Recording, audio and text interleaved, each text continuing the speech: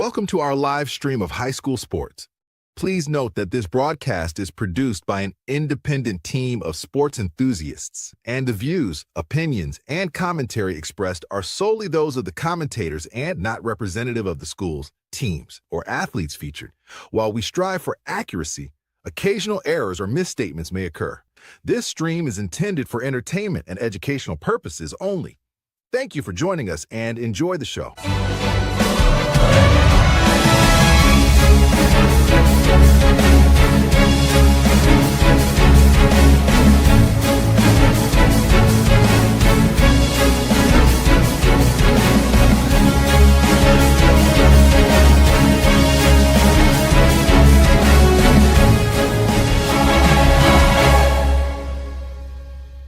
Yeah, come on, let's go. Hey, you ain't never seen nothing like this. Ain't no telling how it might get. It's the hypest right here. High school sports at its finest. So many highlights, you have to rewind it. Hey, Stream City, let me just remind you. The heart of a lion, a team full of fighters. So many stars on the field, it'll blind you. They're giving everything they got till the time's up. Yeah, legends in the making. History is made. We just getting started. You ain't seen a thing. YSN, gotta know the name. They gon' bring the flames. They gon' do their thing. Take it to another level, don't hold back. High school, got a passion and we show that. Got the drive and you know they got the heart. Number one spot for your high school sports. Let's go for the win. Hey. And welcome inside a Wednesday episode of YSN Live. It is December 10th, 2025. We're going to make it the best December 10th, 25 that we possibly can because it's the only one we got. You know what Wednesdays bring? It is Wrestling Wednesdays with our good friend, the wrestling guru, the head coach of the Wellsville Tigers, and all things wrestling, Gary Altizer, bringing it to us. Gary, how we doing this week? Doing great. It's the season is officially in full swing. We just finished week one. First tournaments of the year are in. I'm excited, and I can't believe time goes faster every year, but it just keeps chugging along. Keeps ticking. That's it. Yeah. And there's two other guys that keep chugging along, and they're going into their upperclassmen years. We're bringing them on today as the first guest of Wrestling Wednesday 2025. We're going to Hubbard. We know we love the Hubbard Wrestling program. They've had some good guests in the past, so we're kicking them off the season in the Eagles' Nest as well. We have two juniors, Logan Balla and Markel Hack-Welder, joining us today. Guys, from Hubbard, thank you. How are we doing today? Great. How are you? We're doing great. You know, the season's underway. We have officially opening weekend. Talk about what it was like to kind of get it going. You know, there's a lot of anticipation for the start of the season. What was it like to finally get on the mats over the weekend? It was great. I mean, we've been putting in a lot of off-season work and just early season work. It was good to finally see it pay off and finally get to step on the mat. You know, we've been preparing all summer long. I've been wrestling since the season's ended, so it was just nice to get back out on the field with our team. Yeah, last few years, Anthony and I, we've had some Hubbard wrestlers on.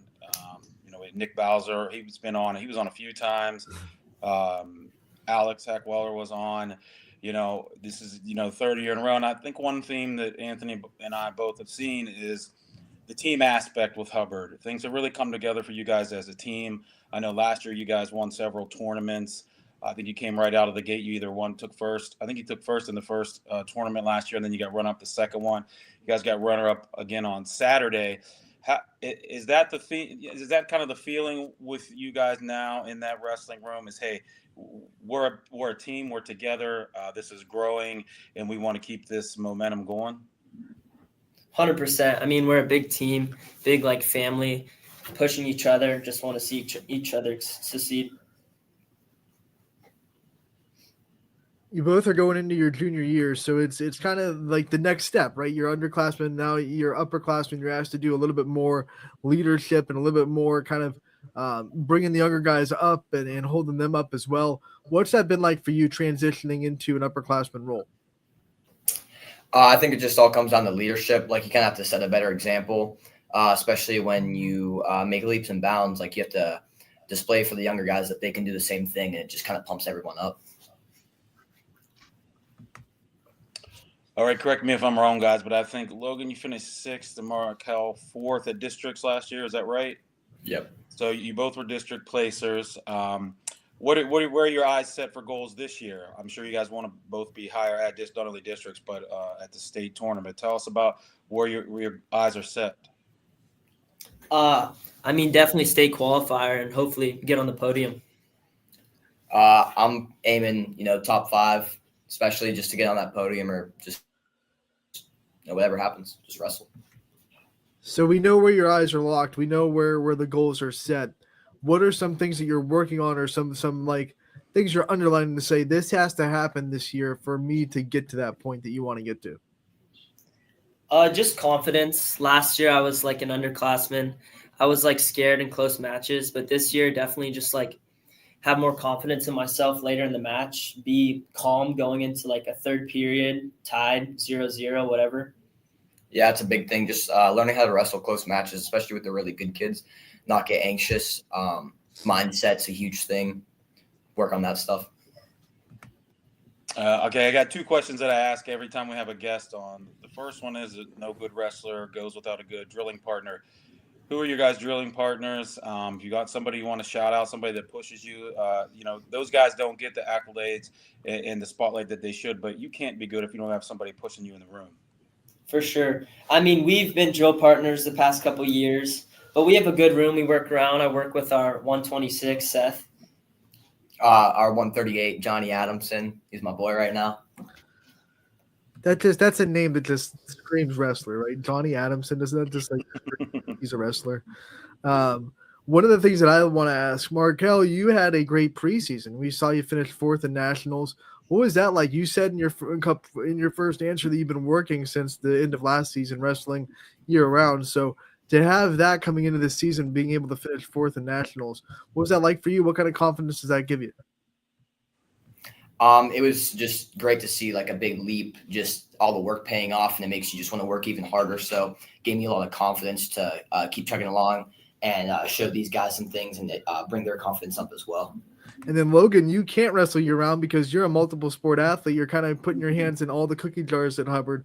What's it like kind of juggling all that and trying to stay focused on every sport in every season? It's hard because everyone wrestles all year round, and I'm big in cross country and baseball, but they build off each other. I feel like just the work ethic, stuff like that. All right. My second question, this is always the most fun that we have on the show. Let's say it's been a long week. You guys had a hard cut to get to weigh-in. You're 1/10 under. The relief comes. You walk out. Any meal you want, any food you want. What are you picking? You want to go first? So right off the scale, I'll go rice cake, peanut butter, and honey. But then as soon as I get home, we always hit up Wendy's. Every single tournament after it's Wendy's. Nice. What do you get at Wendy's? There's got to be some favorites there. I get the triple baconator. Nice. I get the double, and then I get some nuggets. Can't forget the Frosty.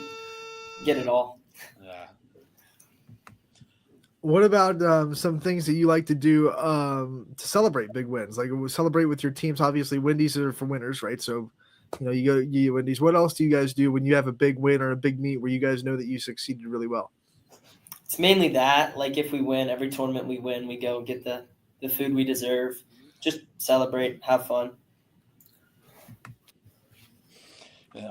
All right. So you guys, your feet are wet now. You got your first tournaments out of the way, and I went in and I looked some pretty impressive stats from that tournament for you two. Markel, I think you had 3 techs, right? Yes, sir. And Logan, you had 3 pins and a tech. So you two pretty much blew through that tournament. All the techs, that's a lot of, a technical fall. You have to be up by 15 points. Anthony, I don't know if we talked about that before, but you have to be up by 15, and the referee will stop the match when it gets to that point. You guys working a lot on you're trying to get the mat time in, or is that just kind of how the matches fell? A little bit of both. I mean, I just want to work my stuff neutral. So sometimes against someone that I'm better than, I'll take them down, cut them, work some takedowns. Yeah, we in practice, we learn a lot to score points, and we just like to apply that on the mat and just keep racking up points. We also like to know about rivals. Like, are there guys that you guys have faced throughout your career that like when you go up against them, this is like your rival, this is the one you circle, this is the one that's going to give you, a really, really good match when you know that you're going up against them? For sure. I can't really think of one off the top of my head, but just anyone that's like good record or like ranked, we're coming for.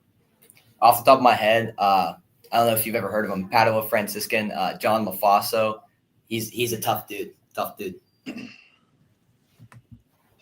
So, Markel, we know you had a brother that wrestled. Logan, a question for both of you guys. We have a tournament with your family members. If your dad wrestled, if you had an uncle, brother, siblings, how many are in this tournament, and who's coming out on top? So actually, it was only just my grandpa. In their prime, we're saying. In their prime. I think I'd have to go with myself, but I don't know. My grandpa was a heavy guy, so you never know. Yeah. For me, I'd have to say probably my brother Braden. Like he beats up on me still. He'll come to practice, beat up on me. But my dad, he never wrestled, but he knows a thing or two. Yeah, that's the thing. When it gets into family wrestling, there's no referee there, so anything goes. So, there might be some shenanigans in family wrestling that you never know about. When you think about family as well, obviously we're joking about wrestling, but they're always supporting you guys. What does the support of the people that have your back mean to you? How much does it help you throughout the very tough wrestling season that we know is long and grueling? Oh, it means the world. I couldn't do anything without my family supporting me, my friends, family. They just do so much for me. I think the direct team support is huge, especially like the last 2 years. We've all gotten on each other's backs about, like making weight, but then also like as soon as something bad happens, we get on them, let them relax, and then we pump their spirits up and get back into the next match. What's the community support been like for you guys from that Hubbard community? Your school, your classmates. How has that been? Oh, pretty big. Like our friend group, everyone. Like when we have a home duel, they'll try to show up and show their support. They don't know much about wrestling, but they try to support. Yeah, they'll always be there. And especially like the other parents, they always help with, the concession stand, setting up all this stuff. Like it's just huge, like a huge family. We're talking about community support and family support. We have to also talk about your coaches. Obviously, they mean a lot to your success as well. What has it been like being under the coaching staff at Hubbard and being able to be, coached by them and learn so much from what they can teach you? Coach Adamson took a huge initiative in like the beginning of the seasons and pre-seasons and just like, getting us in the room. And then our coach, Don Lehman, huge motivator. No matter what, he's always going to help you. He's always going to support you, always lift you up. And he's always trying to get something going for the team. Yeah, our coaches are the best. They do everything they can. So you guys have trouble. How are your weight cuts? Let me ask that first. They're not terrible. Like there's definitely people doing a lot worse. But sometimes, like I have a big sweet tooth. I tend to eat a little too much. So then I step on the scale Monday. But never too bad. Yeah, no, it's never been too bad this year. I think we're on each other a lot, so nobody gets crazy.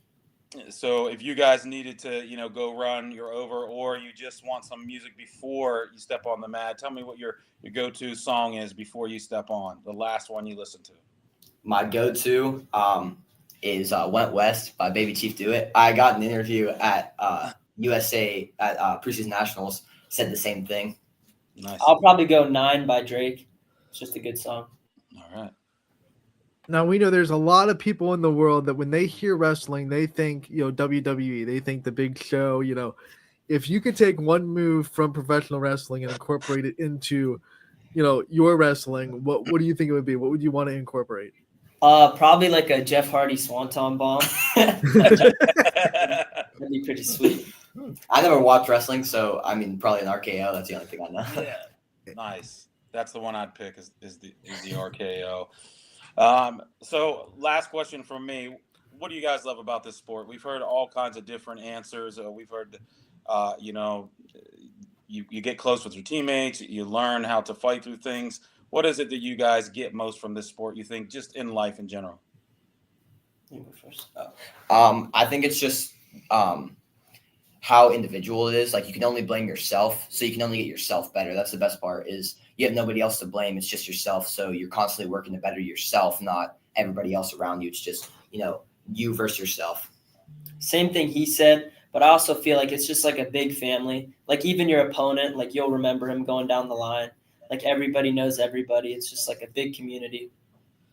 Exactly. And then we end these the same way every time. We want to give you guys the chance to kind of, thank the people in your life that have meant the most to you and shine a light on them, because the light's been shined on you this whole interview. So we'll let you take the limelight off yourself a little bit and shine on the people in your life that you think mean the most to you. My family, my mom and dad, they do so much for me. My two brothers, Braden and Keegan, they do so much. Just all my family, my friends, my coaches, everyone. I'd say a big part is, my family, my faith, huge part, and my drill partners, my club coaches, everybody. Just it all comes together into one big web to help grow. Guys, we can't thank you enough for coming on in the middle of the school day. We know that's a tight squeeze, but we appreciate you fitting us into your schedule. We hope you have the greatest season ever. We'll be covering you guys and we'll be watching you guys throughout the year. And man, go get it. Go get everything that you want to get, because we're rooting for you. We're proud of you. Thanks for coming on. Thank you. Thank you so so much. much. Guys. Thank you. Thank you. See ya. The Hubbard boys, Logan Balla and Markel Hackwell, they're joining us. Thank you guys so much.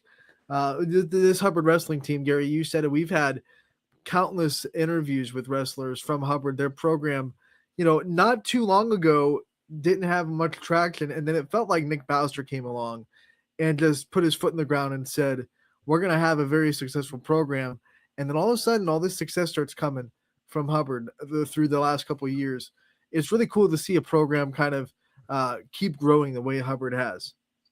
Oh yeah, it really is. And their coach, I believe Lehman, is the head coach there. He's been at this a long time. I remember that guy from long time ago being, at the junior high tournaments and the high school tournaments, and talking about his team. And I think that Logan and Markel said, it's a big community there. It's a big family, and that's what really does it in wrestling. I think when the parents all get involved and the kids are all there for each other, I think that sense of family can really grow a wrestling program. And that sounds like what's happened.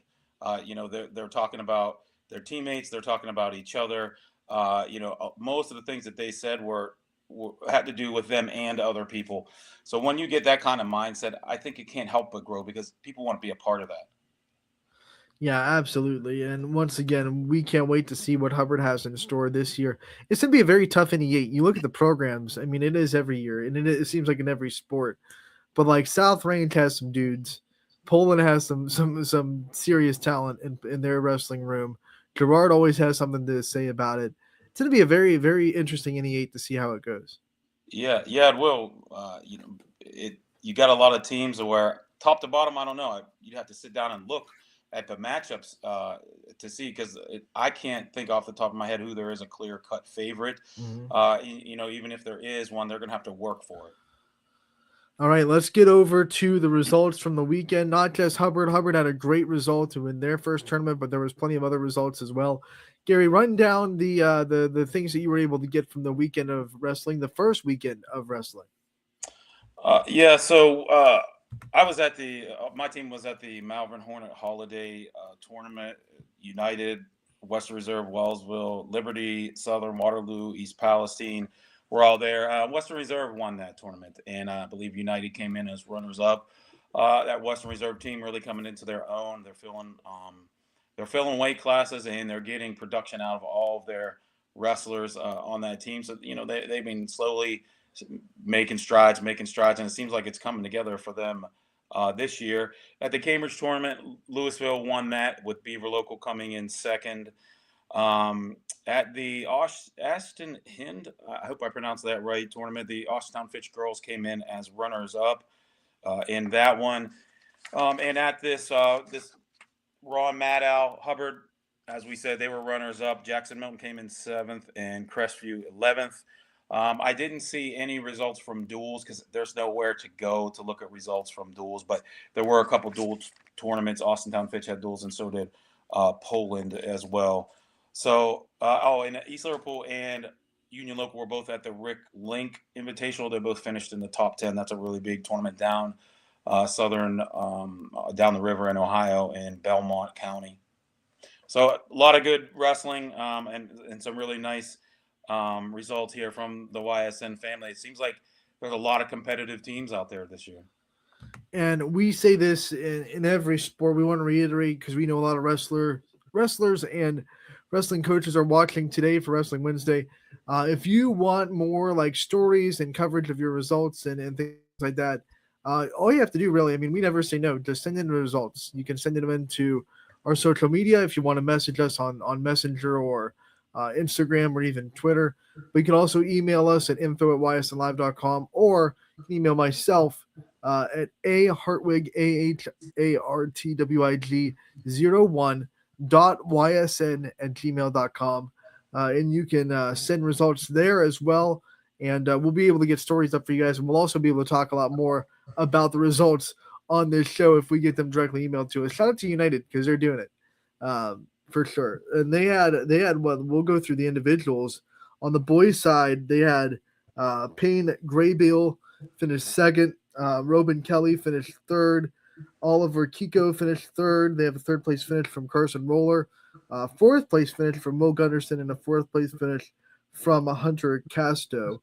On the girls' side, they finished 6th overall in the Boardman out of 25 plus teams in the Boardman Invitational.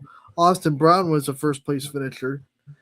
Taylor Simmons was a first place finisher, and Mila French was a second place finisher for the Eagles on the girls' side. So their girls wrestling department looking good. Their boys with a good start as well. But we want to thank them for sending in the individual results.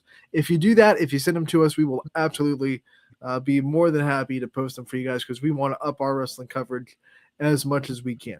Gary, what about your team? Like, how did your team do in Malvern? Let's get a recap of Wellsville. Yeah, things went really good for us. We finished 6th overall as a team. We were one match away from being in the top 5. I think we finished 6 places higher than we did the previous year. I had 3 rookies in my starting lineup, and they did well. We had a runner-up and 3 thirds as a team. I think my team is making progress. We're filling out a lot of weight classes. And the thing I was most proud of is that we went out and we battled in every match, even the matches we lost. We went out and we gave 100%. And I tell my team all the time, if you win all the matches you're supposed to and a couple you're not supposed to, there's not much more that can be asked of you. And we did that. We won one match in overtime, another match as time expired. And then there were a couple matches where we were losing and even getting our butts kicked, and we were able to come through with a pin to get the win. So that just shows me that my kids are fighting, and that's all I can ask for as a coach. I'm really happy with the progress that we've made. We've still got a ways to go, but I've been talking about this the last couple of years. We're in the middle of a rebuild. I've done this once before, and it took me about 5 years to get us to, being the team that we know that we're capable of being. And I think we're in year 3, and things are continuing to get better. I've got a really big 7th grade class. I've got 11 or 12 7th graders, which for a school that only graduates 40 to 50 boys and girls total per grade, that's a really great number for us. So if we can keep these numbers and keep the progress we're making, I have nothing but good thoughts and good feelings about where my team is and where we're heading. When you have a slow but sure rebuild, like you said, you're on year 3 of a rebuild, and you've done it before, and it took 5 years to get your program to where it wanted to be. That takes a lot of patience and trust from the student athletes to be like, hey, our process is working. Keep trusting the process. As a coach, how do you get that in the minds? Because, young kids, sometimes it's really hard to trust the process and not the results all the time. So how do you kind of lock into their heads? Like, our process is working. We are doing the right things. If you trust the process, then we'll get to where we want to go. Well, I think you have to build on every little achievement that you get, whether it's wins, whether it's takedowns, whether it's things that maybe the mistakes that were made in the previous tournament. We worked on them and we got better this tournament. You just have to build the kids up, getting them competitive matches. I will go to my grave saying getting kids competitive matches and going out there with someone that they are at a similar level with builds momentum, and it gets them to like the sport. So I try to do that as much as I can. We're getting new kids, matches with, JV kids from other schools or new kids, from other schools that are on the team in wrestling. And I just think getting in the kid's head that it's okay if mistakes are made and you're new. And it's okay if mistakes are made and you've been around for a while. That's what we have practice for. Just trying to build the kids up and making them want to be there. That's the biggest thing that myself and my coaching staff try to do. We make the kids want to be there by showing them that we care about them and that we're going to be there for them, that we've got their back. And I believe that we do that, and I believe that our kids believe that. But as far as the being patient, you just have to know your team. You have to know each kid individually, how to talk to them, what motivates them. You have to try to get them matches that they can be competitive in. And, just have to show them that you care. And I really don't think, on a personal note, that it would have taken, another 5 years to do this. But we had COVID come right in the middle of all of this. And for a school my size, it killed my junior high program. I mean, I went 1 year with 7th and 8th grade combined with one kid because a lot of the kids' parents didn't want them, playing sports during that time. And it was really tough for me to get those junior high numbers built back up. I've got 15 or 16 junior high kids now. So, that 2021 year really set us behind. I don't think it hit other schools as bad. I'm sure everybody took a little bit of a hit, but that's why I think we are where we are. But we're progressing, and we might even be ahead of schedule just from what I saw on Saturday. If we can bottle that effort up, if we can bottle that mindset up, I think that we're ahead of where we probably should be. Let's dive into the week that will be, the things that are going to happen before we come back on the next Wrestling Wednesday. What are some things to look forward to this week when you talk about things that might be going on and the results that we might be talking about next week? I know the Hopple Invitational is coming up for Beaver Local.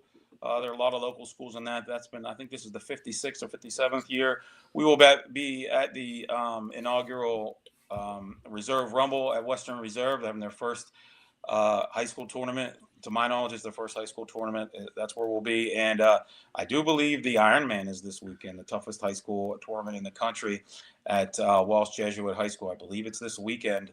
That is the big one that everybody's going to have their eyes on, not only in the state, but around the country. Yeah, let's talk about one. We'll go from the polar opposites from the Hopple of Beaver Local, which is the 56th, and then we go to Western Reserve that's hosting there first, and we'll kind of talk about the different ends of the spectrum there. First, Beaver Local, obviously the Hopple tournament's a big one for that program and for everyone locally that's going down there. What can you say about what Beaver Local brings to that, and how good of a job they obviously do hosting that, and what kind of a big deal that tournament is for the teams that go down there? Yeah, they have some really good teams that come in there. I know they got some teams from West Virginia that come in. I believe they even got some Pennsylvania teams that come in sometimes. I know Fitch has been there in the past. Beaver Local is a good school. They have a good tradition, and I know they try to get some good competition into that tournament. It's been around forever. It was around, when I was in high school. It was around, obviously, years and years before that. It's just something that you can count on in the area, especially in the YSN family, that every year you're going to go there, you're going to see some good wrestling, and you're going to see a lot of local teams. I think it's a good place you could get a gauge on how a kid might be stacking up for the season, because you're going to see a lot of good competition at that tournament. And I believe that they went to a pool tournament, which is you wrestle everybody in your group. So you're going to get 4 or 5, and now even 6 matches now that the state has changed the rules at a tournament like that. So it's a good gauge, and it's one that, if you do well there, you're probably going to have a good season. And then we go from there to, Western Reserve hosting their first. That's got to be a lot of kind of nervous stomachs in Western Reserve. Like, hey, we've never done this before. Hope this goes well. What does it mean to a program when you're going to be able to take that step and host your first tournament? Oh, it's a great way to expose other schools to your school if they haven't been there before. It's a great way for your kids to have the community come and support them. You have duels at home, which is, you and another team, or maybe you have a try or a quad, you and 1, 2, or 3 other teams. But if you have a tournament, you've probably got 12 to 20 other teams coming. So you get a lot of exposure to your school. And it's a good way to make a good impression on other schools, parents who've never been there before. And if you do well in front of all of those eyes, then you could open up a lot of eyes to your program and what your kids can do. We have our Buck Bailey tournament every year. It used to be called the Wellsville Invitational. It's been around for probably over 40 years, if not 50 years now. And every year we always have people coming up to us telling us, what a good job we did. What our facilities look nice, and those are things that are nice to hear. And it just exposes you to more people, and you get to show your kids get to show what they can do in front of a lot of eyes that wouldn't see them otherwise. Obviously, you weren't a part of the first Buck Bailey, but you had your experiences the first time being the head coach and kind of being in charge of it. What was that like for you in the first year that it was kind of yours to control and they fell into your hands? It's a lot of responsibility for the home team. Your athletic director, your head coach, and then whoever is running the tournament work together. Those are the three main, the cogs of a tournament. They're the ones that make sure everything is together. The head coach is usually the one that's getting the volunteers to work the tables. So that can be stressful, finding enough people to come out and help, making sure they show up, and then knowing what they're doing. That's one big piece of a wrestling tournament is you've got to have somebody working at each table knowing how to score, whether it's on a computer, on a piece of paper, whatever they're doing, and know what the referee is doing. When they raise their hand, for a takedown is 3 points, a reversal is 2. They have to know the person that's doing the scoring at the table has to know what they're doing. So that can be really stressful. But once you get those volunteers set, they usually come back year after year, and it becomes easier when you get those names and those people who want to come back.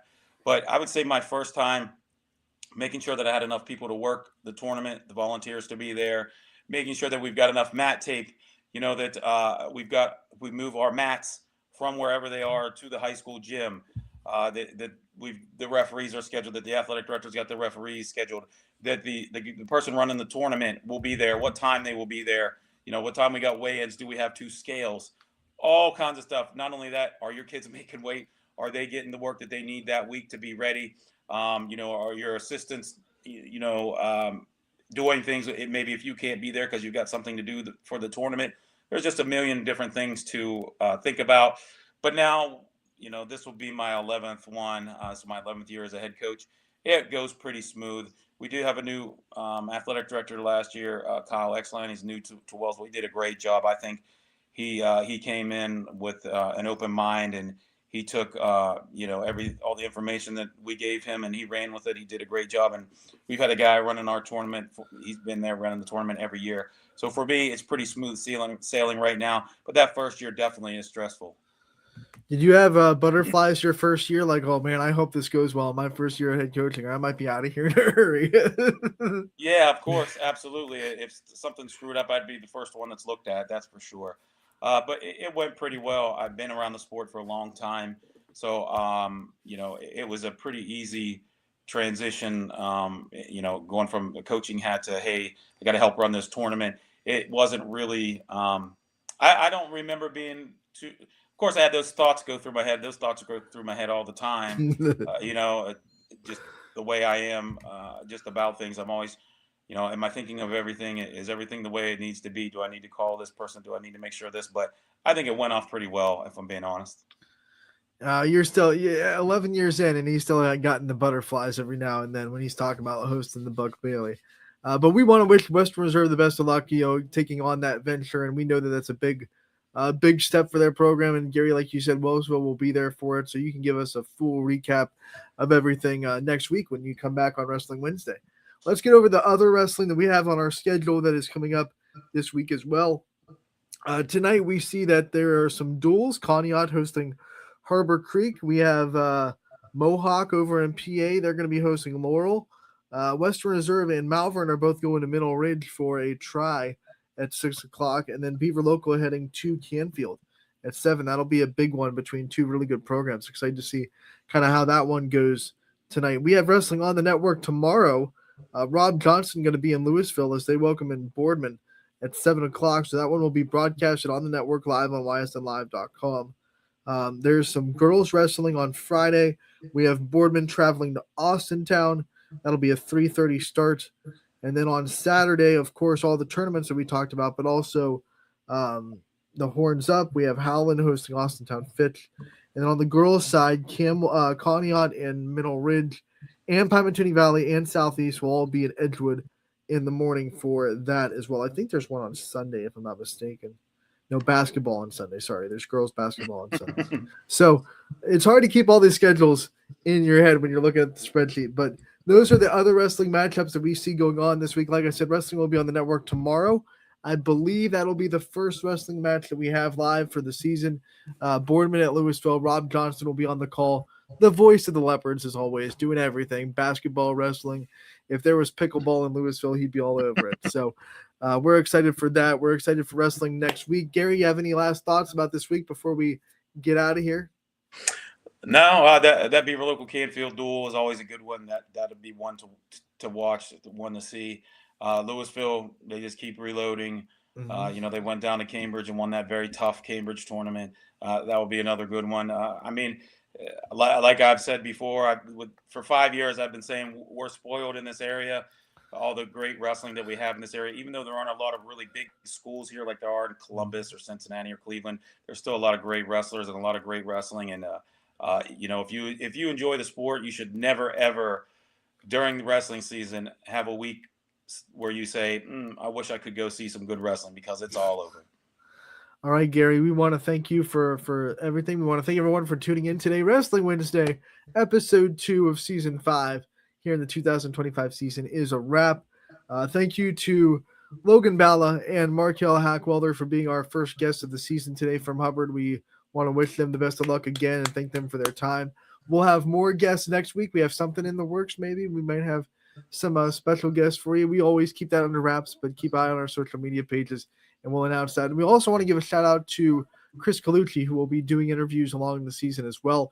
He has an interview with Tyson Seaschultz from South Range up on our YouTube page, up on our website very shortly. But if you want to check that out, you can head over to YSN Live on YouTube and check it out before it gets on the website. It's a great interview with Tyson, and he's one of the best that we have in the area too. So he'll be getting interviews along with us throughout the season, and obviously he'll be our headliner when it comes to broadcasting wrestling. Oh, one quick more thing. Wrestling on Friday. I forgot. Noon on Friday. Lakeview Liberty. DJ Oakley will be there. Gary, pray for our man DJ. He's nervous because he's never done wrestling by himself before, but he'll give it the old college try. And DJ will always make it entertaining, no matter what the circumstances. So he's going to be there for the wrestling at noon between Lakeview and Liberty, which is always awesome. Anything's at noon, we're there for it. So can't wait for that. And we'll see you all next week for Wrestling Wednesday, episode 3. Until then, Anthony Hartwig, Gary Altizer, may the sports be with you, everybody. We'll see you on YSN Live tomorrow. YSN thanks you for watching this presentation of Your Sports Network. For stories, stats, and more, go to ysnlive.com.